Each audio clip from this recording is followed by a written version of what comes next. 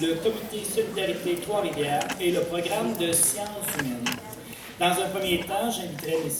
Jean-Marc Lard du Comité Solidarité à dire un petit mot.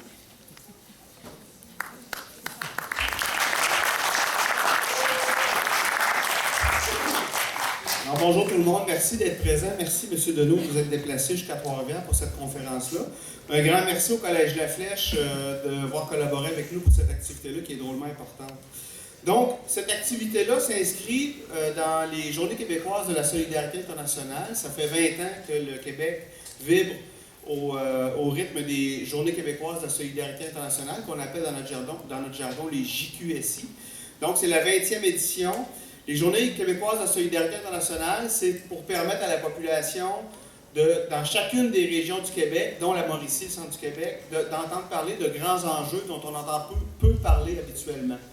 Donc, ça se fait à la grandeur du Québec, financé par le ministère des Relations internationales et de la francophonie, en collaboration avec l'Association québécoise des organismes de coopération internationale, l'ACOSI. Le Comité de solidarité Trois-Rivières est l'organisation régionale qui s'occupe d'organiser la programmation pour la Mauricie et le centre du Québec. On a plusieurs partenaires, dont la plupart des députés de la région, dont entre autres M. Robert Aubin, qui est présent ici, et on est très content qu'il soit présent, député fédéral de Trois-Rivières. Le Cégep de Trois-Rivières qui participe également au JQSI, le syndicat des professeurs du Cégep de Trois-Rivières, l'Association générale des étudiants du Cégep, la Caisse d'économie solidaire, l'UQTR, le Musée québécois de culture populaire, la Bibliothèque Gatien-Lapointe, le Gosselin Photo, Ciné-Campus, Centre de femmes de Shawinigan, Corporation de développement culturel de Trois-Rivières et plusieurs autres. Donc, une dizaine de journées pour entendre parler d'événements qui sont peu médiatisés, et ça donne bien parce que la thématique des JQSI, c'est justement le rôle des médias dans les enjeux internationaux et les grands enjeux de l'heure. Ce qu'on veut faire, nous, avec ces JQSI-là, cette année, c'est de promouvoir auprès des médias une plus grande couverture des nouvelles, mais également des grands enjeux qui concernent un peu tout le monde, finalement, pas seulement à l'international, mais également ici en Mauricie. Par exemple, qui, dans la salle, a déjà entendu parler qu'il y a 2 semaines, à la Chambre des communes à Ottawa, il y a eu un vote qui a été défait d'ailleurs, donc la majorité des députés qui siègent à la Chambre des communes à Ottawa ont voté contre une motion qui demandait d'avoir plus de contrôle sur, d'empêcher finalement de grandes entreprises d'avoir accès aux paradis fiscaux. Qui dans la salle a déjà entendu parler de cette motion-là qui a été battue? Très peu, dont évidemment le député Robert Aubin, qui par ailleurs, lui, a voté pour cette motion-là. Mais la majorité des députés, dont tous les députés conservateurs et tous les députés du Parti libéral de M. Justin Trudeau, ont voté contre cette motion-là. Les médias n'en ont très peu parlé. Qui, par ailleurs, qui dans la salle trouve normal que des particuliers qui ont de très grandes fortunes et de grandes entreprises, dont toutes les grandes banques canadiennes, profitent allègrement des paradis fiscaux. Donc, on est là maintenant pour parler de paradis fiscaux, remettre dans l'attention au niveau des médias ce grand sujet-là, qui est tout à fait inadmissible. Et on va laisser M. Deneau qui va vous parler de ça et pour répondre également à vos questions durant la journée, durant la conférence. Je vous invite à aller au petit kiosque du Comité de solidarité que vous avez vu à l'entrée, mais que vous allez revoir aussi à la sortie, pour prendre la programmation des JQSI. Donc, on a une programmation qui s'étale jusqu'à dimanche, le 13 novembre, des choses vraiment intéressantes pour tout le monde. Donc, n'hésitez pas à aller prendre la programmation, n'hésitez pas à aller prendre un petit coquelicot blanc, n'hésitez pas à prendre les documents qu'on va vous remettre à ce petit kiosque-là. Je vous souhaite de très belles JQSI.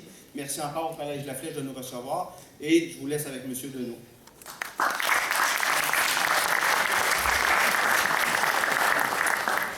Les paradis fiscaux, ce sont des milliards qui nous manquent injustement, qui nous égorgent, qui nous étouffent. Les paradis fiscaux, ce sont des destinations extrêmement populaires pour les grandes banques, les multinationales, les millionnaires et leurs armées d'avocats et de comptables.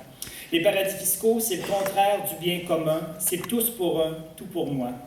Les paradis fiscaux, ce sont des soins de santé inadéquats, des écoles médiocres, des routes chaotiques et des infrastructures désuètes.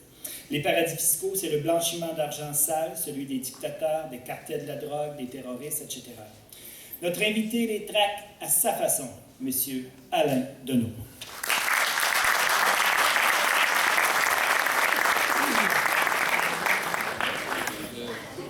tiens à vous remercier beaucoup de votre présence et de votre engagement dans ce questionnement qui est le nôtre collectivement aujourd'hui sur les raisons des problèmes sociaux et politiques et même judiciaires auxquels nous sommes collectivement confrontés. Et ce que j'aimerais aujourd'hui que nous donnions en partage, c'est un certain nombre de clés d'explication pour comprendre l'état du monde, ce pourquoi on est confronté aux problèmes qui sont les nôtres aujourd'hui.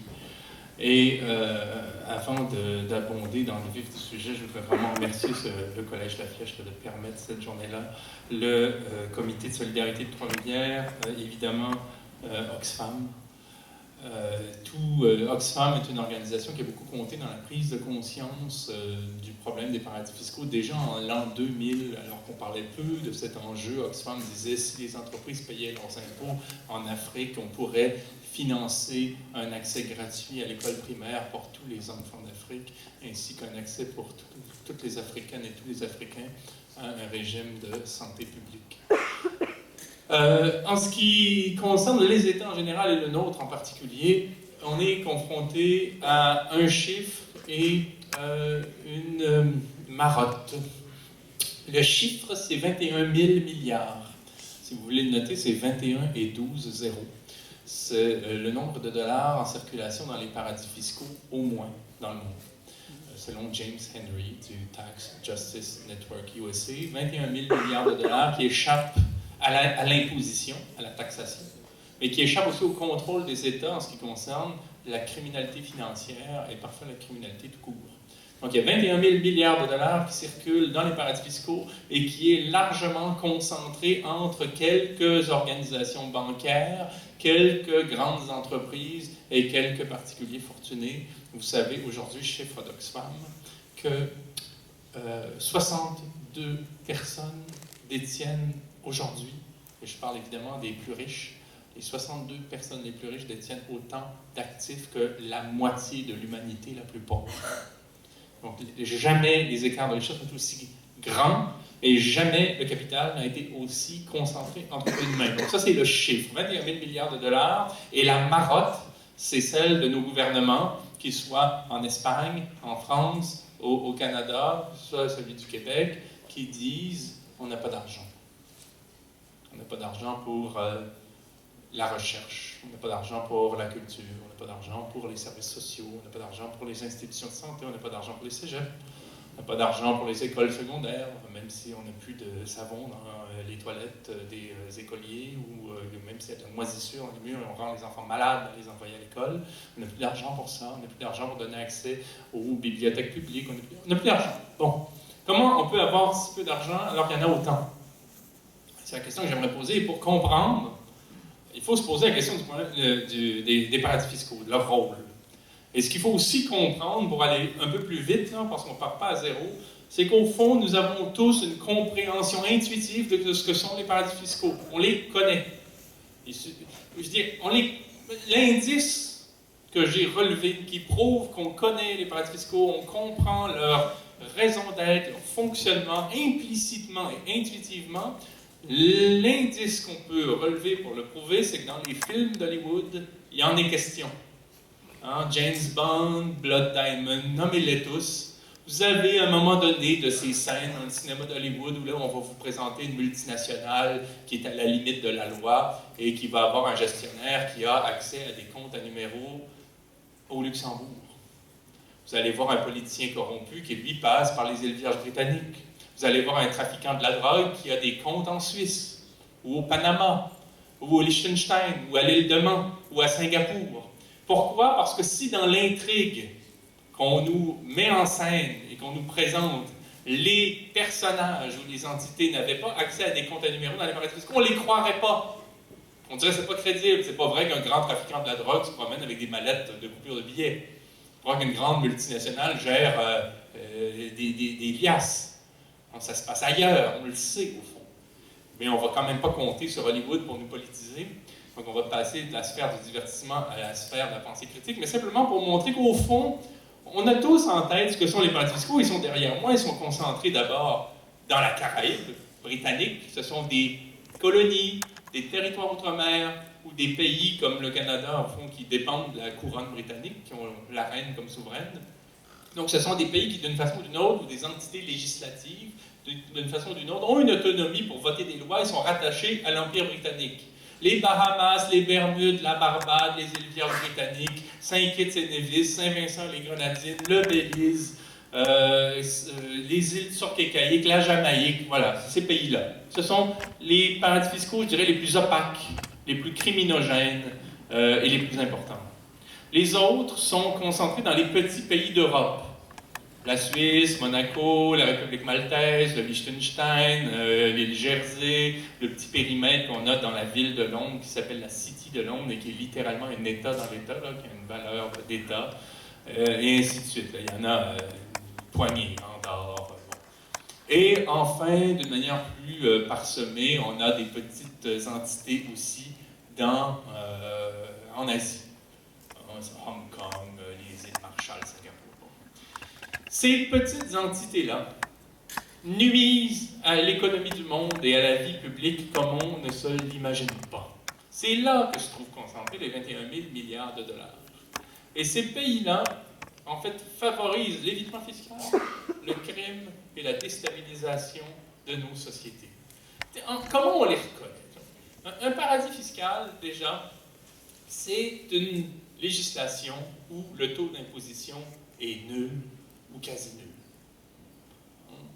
Une entreprise ici qui est active dans le domaine du bois et qui, même d'une manière assez violente, coupe à blanc et produit du bois d'œuvre, peut, à partir d'ici, vendre sa production à ses clients.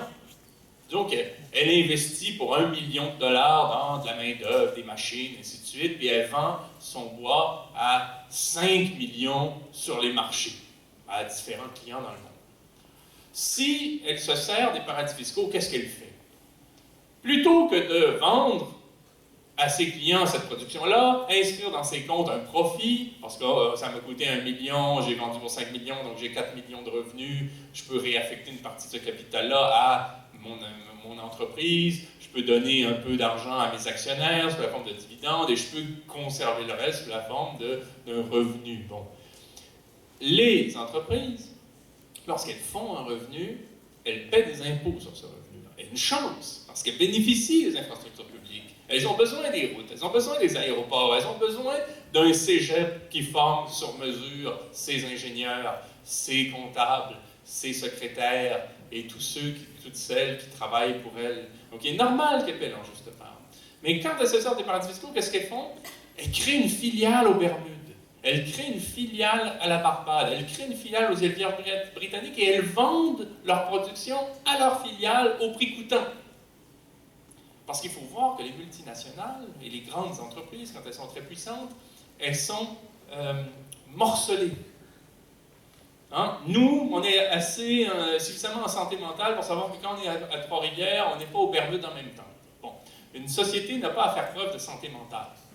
Elle peut être ici et avoir en même temps une sorte de clone aux Bermudes qu'on appelle une filiale. Elle crée une structure qui est indépendante en droit, qui relève du droit des Bermudes, comme elle peut en créer une aussi aux États-Unis, puis une au Luxembourg, puis une à Monaco, puis une en Suisse, puis une partout. Elle crée une filiale, elle crée une autre entité qu'elle téléguide, si vous voulez, qu'elle commande, qu'elle maîtrise, qu'elle contrôle, et elle peut lui vendre ses actifs.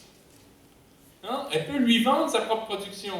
Hein? J'ai coupé du bois, j'ai produit du bois d'œuvre, je suis en mesure de le vendre, je peux le vendre, j'ai une valeur de 5 millions en biens que je peux vendre, mais plutôt que de le vendre moi-même depuis le Canada et payer des impôts sur les profits que je vais faire, parce que c'est un bénéfice, ce que je vais faire, c'est que je vais vendre à ma filiale ce que j'ai produit au prix coûtant. J'ai investi 1 million, ça m'a coûté 1 million à le produire, je vais le vendre à ma filiale 1 million. Donc, je ne fais pas d'argent. Et ma filiale, elle, va vendre la production au client.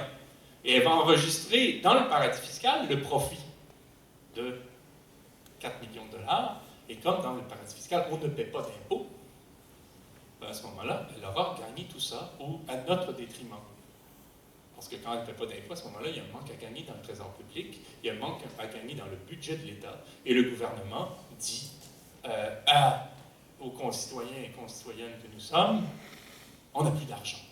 Il nous manque d'argent pour financer notre mission sociale, c'est-à-dire les services publics et les institutions publiques. Donc, c'est un truc qui a été mis en œuvre pour éviter de payer des impôts. Il y a d'autres stratagèmes assez bizarres. Il faut voir qu'une multinationale n'existe que sur ce mode morcelé. Coca-Cola, Microsoft, Amazon, Apple, McDonald's, tous ces grands groupes-là n'existent pas d'une manière une. Apple, c'est pas juste une société qui a un tiroir caisse avec un compte en banque. Apple, c'est une structure fictive, c'est ce qu'on appelle une personne morale en droit. C'est une entité qui a une sorte de subjectivité juridique là, qui existe. C'est comme un Frankenstein qu'on s'est donné, c'est une sorte de monstre là, qu'on s'est donné, qui a pour visage une pomme croquée. Bon. Et cette pomme croquée-là, en fait, existe sous 1000 façons. C'est un réseau d'entités. Hein? Elle existe un peu en Allemagne, un peu au Chili, un peu en Algérie, un peu au Japon, un peu partout. Elle a créé des entités qui sont indépendantes en droit. C'est-à-dire Apple Canada rend des comptes au gouvernement du Canada et Apple Allemagne rend des comptes au gouvernement allemand, mais en droit, ce sont des entités indépendantes. Elles peuvent s'envoyer des factures entre elles, elles peuvent s'endetter, s'emprunter de l'argent avec des taux d'intérêt. Et si elles sont complètement folles, elles peuvent même se poursuivre en justice. Là. Elles sont indépendantes en droit. Et c'est ce qui fait que les entreprises arrivent à contourner leurs obligations fiscales. Parce qu'elles organisent des prétextes, elles organisent des fausses raisons de s'envoyer de l'argent pour faire en sorte qu'à la fin de l'année, il y ait le plus de fonds possible dans la filiale où le taux d'imposition est le plus faible possible. Google, en 2011, a payé dans le monde 2,4% d'impôts. 2,4% d'impôts, c'est 1/5 d'un pourboire, à peu près. C'est ça que Google a donné au gouvernement du monde pour financer les infrastructures publiques. Bon. Pourquoi? Parce que Google a été capable de caser 10 milliards de dollars dans sa filiale des Bermudes. Parce que quand ces 10 milliards de dollars-là sont aux Bermudes, plutôt que d'être un petit peu en Allemagne, un petit peu en Espagne, un peu au Canada, un peu en Australie, eh bien, ils ne sont pas imposés là-bas. Mais bien entendu qu'il ne s'est rien passé aux Bermudes. Les 2 employés et demi de la filiale de Google aux Bermudes, ils n'ont pas généré à eux seuls 10 milliards de dollars. Bon, alors qu'est-ce qui se passe? C'est que Google trouve des alibis, des raisons factices de faire en sorte qu'il y ait de l'argent qui soit concentré là. Et comment ça marche habituellement? Eh bien, les entités, je disais, sont indépendantes. Alors Google peut très bien avoir le conseil d'administration de Google, là, qui est une sorte de conseil d'administrateurs qui coordonne les entités, peut très bien faire en sorte que Google aux Bermudes ait les droits de propriété de l'utilisation de la marque Google. Utiliser Google suppose qu'on verse des redevances à cette entreprise-là. Donc, à chaque année, l'entreprise Google Bermudes envoie à toutes les Google du monde des factures en disant « Vous utilisez la marque Google, ça coûte de l'argent, ça coûte très cher, donc vous devez me payer moi. » Les actionnaires s'en moquent. Parce qu'à la fin de l'année, quand il y a l'Assemblée générale, Google annonce ses profits à ses actionnaires. C'est juste une addition de tous les comptes. Que l'argent soit en Allemagne ou aux Bermudes, ça ne change rien pour les actionnaires. L'avantage, si l'argent est aux Bermudes plutôt qu'en Allemagne, c'est qu'il ne sera pas imposé. Alors, on s'arrange pour qu'il y ait le plus de capitaux possible qui aillent aux Bermudes. Alors, Google, lorsqu'elle est au Canada ou en Allemagne, elle dit au gouvernement « Oui, je suis Google, je gère des milliards de dollars. » Ou en tout cas dans chaque pays, respectivement, plusieurs centaines de millions, certainement. Bon, vous savez comment Google fait son argent. Hein? Vous savez qui sont les principaux employés de Google? C'est nous. Parce que quand on utilise Google, Google nous espionne. Google nous étudie. On donne de l'information sur qui nous sommes sociologiquement, quelles sont nos habitudes de consommation, qu'est-ce qu'on aime, qu'est-ce qu'on n'aime pas, où on va. Et ensuite, on vend ça à des gens qui font de la publicité sélective. Comme ça, Google devient très, très, très riche. Ils ont tous intérêt qu'on utilise Google tout le temps, sous tout prétexte. Bon, alors ils font beaucoup d'argent, mais ils ne payent pas d'impôts. Parce qu'ils vont dire, oui, j'ai un volume d'activité formidable, j'ai un chiffre d'affaires vraiment impressionnant, mais je n'ai pas de revenus au Canada, je n'ai pas de revenus en Allemagne, parce que si vous voyez comme ma filiale des Bermudes est dure avec moi, elle m'envoie de ses factures Et je peux pas faire d'argent ici. J'en fais au Bermude, mais pas ici. Et c'est une entité différente. C'est la même chose qui s'est passé avec Starbucks. Starbucks a été convoqué à une commission parlementaire au Royaume-Uni. Un représentant de Starbucks est allé dire aux parlementaires, aux députés britanniques, là, Starbucks ne fait pas d'argent au Royaume-Uni. Alors, mais c'est quand même incroyable, c'est pas les 3 mêmes clients qui peut-être le même café à longueur d'année. Je dis, il y a des Starbucks partout. Et qu'est-ce qui se passe? C'est qu'en fait, Starbucks trouve des façons de faire en sorte que l'argent, le profit que génère l'activité de vendre du café, qui au demeurant n'est pas très bon, soit concentré en Irlande, aux Bermudes, aux Bahamas, au Luxembourg, plutôt que là. Quand on achète pour $1 de banane, il y a 15% qui vont à l'île de Man parce qu'il faut que la multinationale finance là-bas l'accès au service commercial. Il y a 15% qui vont au Liechtenstein parce que là, il y a un holding qui est propriétaire de tout ce qui concerne le marketing. Il faut envoyer une part du revenu en Suisse parce que là, on finance le service de comptabilité du groupe. Et en fait, on répartit les fonds de façon à ce qu'on ne paie pas d'argent. Les entreprises ne paient presque pas d'impôts. Et le plus fou dans tout ça, c'est que les gouvernements ont rendu cela possible et légal. Le Canada en particulier.